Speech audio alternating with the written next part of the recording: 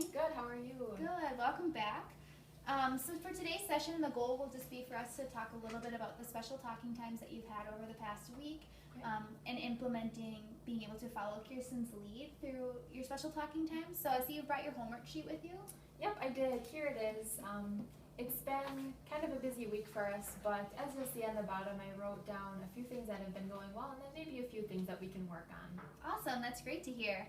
These reflections also are a great way for you to self-evaluate your progress and your ability to manage Kirsten's fluency, so that's great. That being said, why don't you go ahead and tell me what went well as you practiced taking Kirsten's lead, and so tell me your thoughts on that. Yeah, well, I really think that the special talking times have become a really big part of our family routines.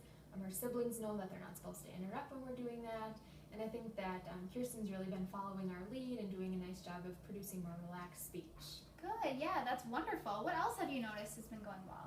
I also think that I'm doing a better job of incorporating some of the other skills that we've talked about before, like not interrupting and using good eye contact, and so I was kind of afraid to incorporate all of these, but it's going pretty well. Yeah, good for you. It is a challenge to try to implement all of these skills at once, and it can be overwhelming, but it seems like you have been working really well and you've been really receptive, so that's great. So let's go ahead and record this week's video of you interacting with Kirsten, and we can determine a new skill to target. We'll do a little problem solving. Sure, that sounds good. Okay, so we take a video. So based on what you told me after watching the video, it seems like you want to work on reducing your rate of speech a little bit. What impact do you think this will have on Kirsten's fluency? Well, I think that if I speak more slowly, then Kirsten will probably kind of pick up on that and learn to speak more slowly too. Yeah, so that's right. So by using a slow, easy rate of speech, you're modeling smooth and fluent speech for her without really directing her attention to it. So you are just setting that model. And then also, by using the slow rate of speech, you're reducing a lot of those communication demands, so her feeling pressure to speak quickly. So, Okay. yeah.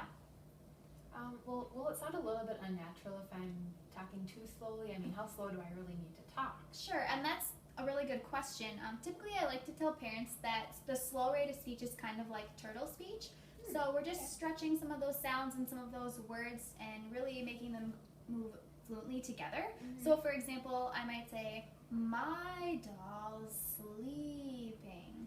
And you're right, it is going to sound a little bit unnatural at first, but still making sure that you're using some of those intonation contours so it sounds somewhat natural and just kind of slowing it down. So, yeah.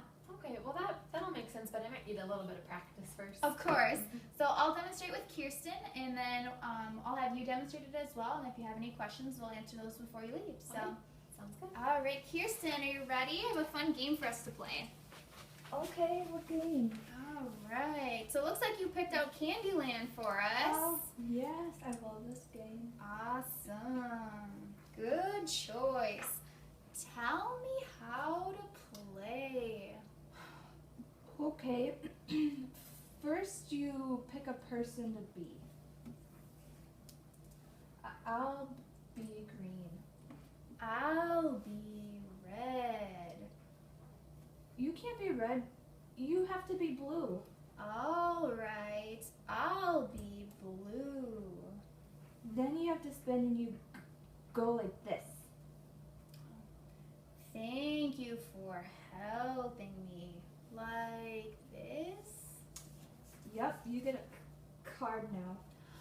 I got candy cane. My turn. I got orange.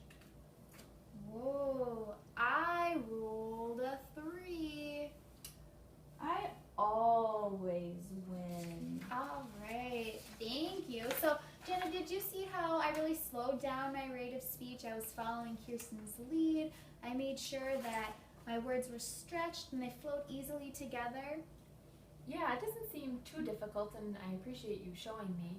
Should we only be using slow rate speech during our special talking times? Yep, so during those special talking times, just making sure that you're modeling that slow rate of speech for her, setting that expectation that she doesn't have to speak quickly.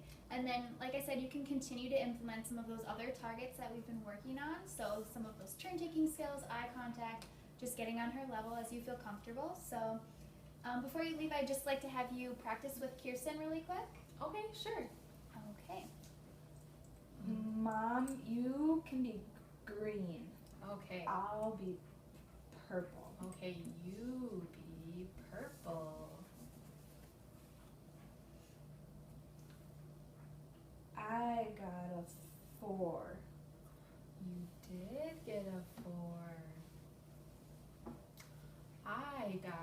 2.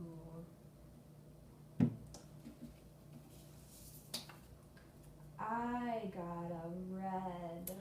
You did get a red.